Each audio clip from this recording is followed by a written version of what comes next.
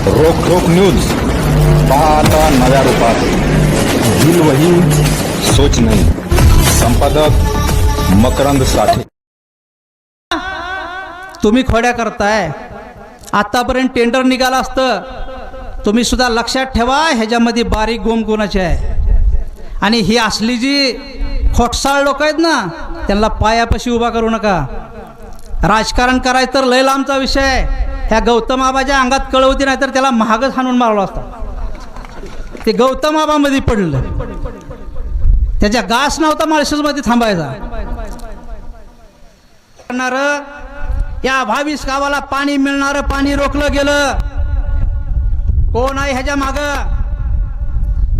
कोण ही षडयंत्र करताय? अरे बाहेर न येऊन तुम्ही आमच्या तालुक्यामध्ये षडयंत्र करताय। याद राखा, अंगा कापड सुद्धा राहणार नाहीत या 22 गावाच्या जर नादी लागला तर। कशासाठी पाहिजे आमदारकी?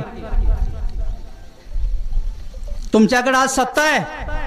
अरे भारतीय जनता पार्टी केसापासून नकापर्यंत बघणारा मी आहे। भारतीय जनता पार्टीच्या माणसाने वरल्या वरिष्ठांनी सांगितलं का माळशेज मधल्या गावाला पाणी नाही द्यायला पाहिजे?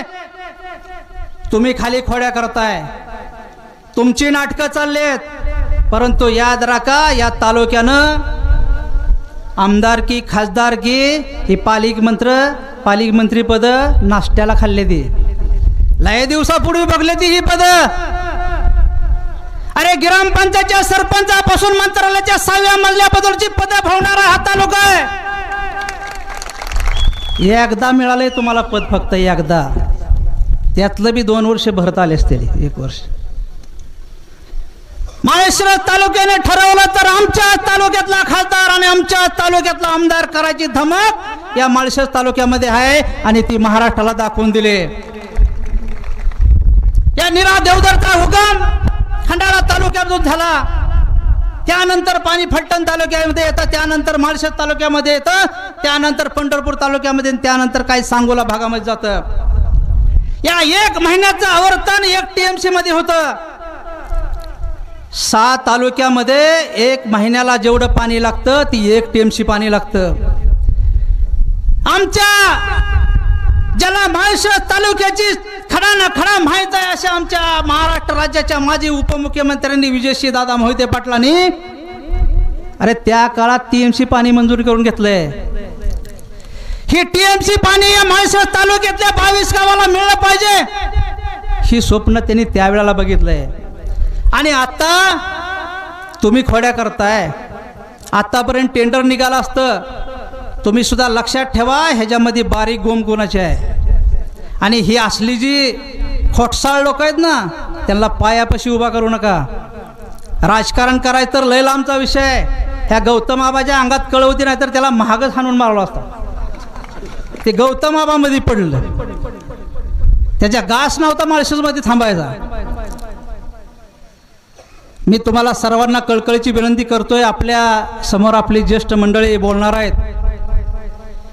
तुम्ही सर्वजण गेल्या 8-10 दिवसामध्ये टीव्हीवर बघताय, ज्या वेळेला आरक्षणामध्ये धग असती, ज्या वेळेला कुठल्याही लढ्यामध्ये तेवढी ताकद असती, त्यावेळेला सरकारच काय, सरकारचा वरचा सुद्धा झुकतो। आणि म्हणून तुम्ही सर्वांनी त्या खासदार साहेबांच्या आणि आमदार साहेबांच्या पाठीमागे उभं राहा। या रस्ता रोखणं सुद्धा ती जाग्यावर येतील असं नाही, परंतु जे आदेश आपले नेते मंडळी देतील त्यांच्या बरोबर आपण सगळ्यांनीच गेलं पाहिजे। किंबहुना या तालुक्यामध्ये जर एखाद्या मंत्र्यांची आपलं जर टेंडर न करता जर गाडी फिरत असेल तर त्या गाडीचा चुराडा करण्याची ताकद सुद्धा तुम्ही ठेवली पाहिजे।